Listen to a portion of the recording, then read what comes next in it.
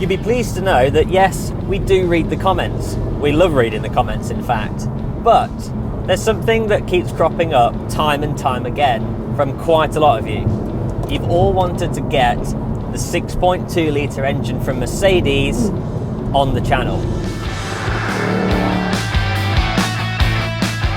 As the most powerful naturally aspirated engine on sale in 2010 at 563 horsepower and 650 Newton meters of purebred torque, this engine remains a landmark for when engine designers had free rein to flex their muscles. Bigger was just better.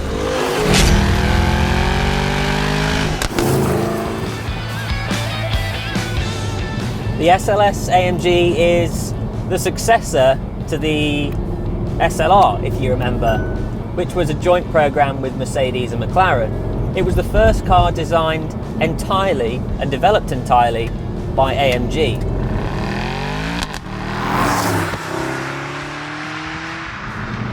AMG didn't pull any punches with the SLS.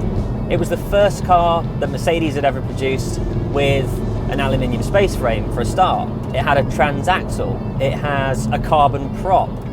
This is all technology that you'd expect to see on a race car, not a road car. The stats, impressive, as you'd expect. 0 to 60, 3.8 seconds, a top speed of 196 miles an hour. It's a proper GT car.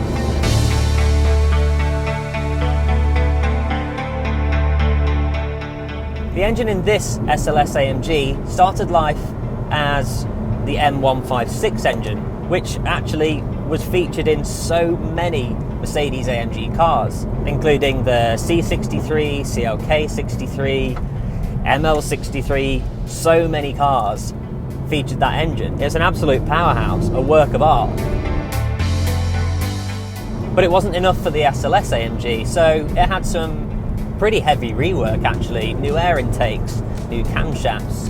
Yeah, it started out as the M156 engine. By the time it reached this car, the M159 engine, it had had over 120 modifications. That amounted to some pretty significant performance figures actually, and it revved out to nearly 8,000 RPM in a V8.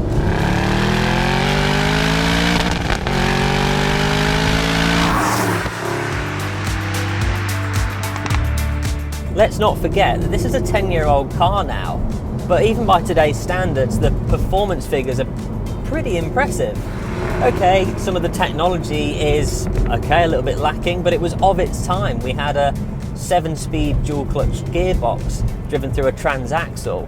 And in fact, a lot of the tech that we saw and the drivetrain that we saw on this road car actually found itself onto the GT3 car.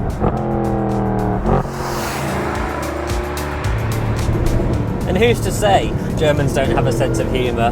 There's no way you can't have a laugh driving this car. What an utterly ridiculous engine to have in a road car.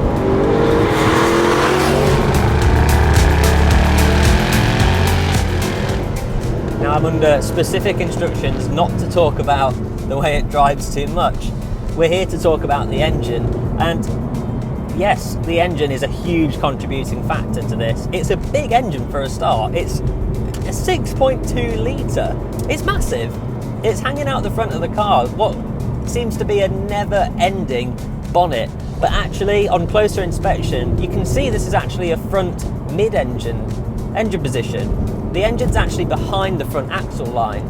So it's technically a mid-engine car, but that really goes against the grain in what you think it should be. It's a GT car, look at it. It's two-seater, it's very long in proportions, it's quite wide, it's very long wheelbase, but I expected it to drive like a GT car, you know, a little bit soft, a little bit compromised, but it doesn't. I've been hustling it around some of these B roads now, and Christ, it gets on with it. The nose is so direct, it feels like a really strong front axle. if you really challenge it in some kind of traction zones coming off corners, it doesn't feel like a big, leery V8 rear-wheel drive car that's going to bite your head off at any moment. It just doesn't. The engine that finds itself in this car, the SLS AMG, is hand-built by very, very skilled people in Affalterbach, Germany. They know a thing or two about engines for sure, and the sky just seems to be the limit with the amount of power they can squeeze out of these things. There's no turbocharging, there's no forced induction to speak of whatsoever. It's just traditional engine development, and they do it bloody well.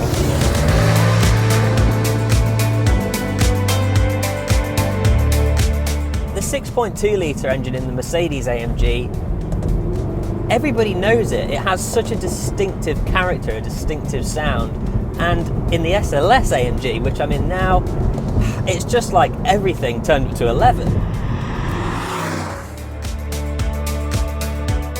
There's something about the way a naturally aspirated engine goes about its business, the way it accelerates, the emotion, the noise, the induction noise, everything just seems so authentic.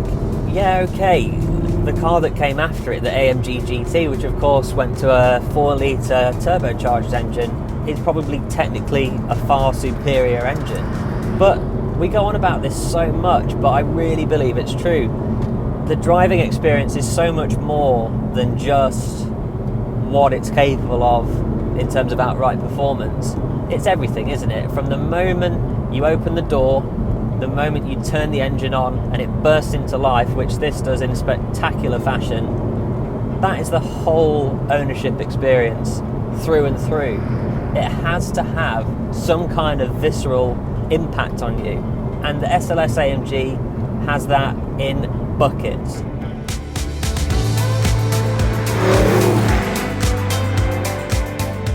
Driving the SLS AMG with its debaucherous V8 is one of the single most juxtaposed experiences I've ever had. In one breath, it's a marvel of engineering, possibly one of the greatest engines to exist. Yet in another, it's an almost certainty we'll never see anything like it in a road car ever again.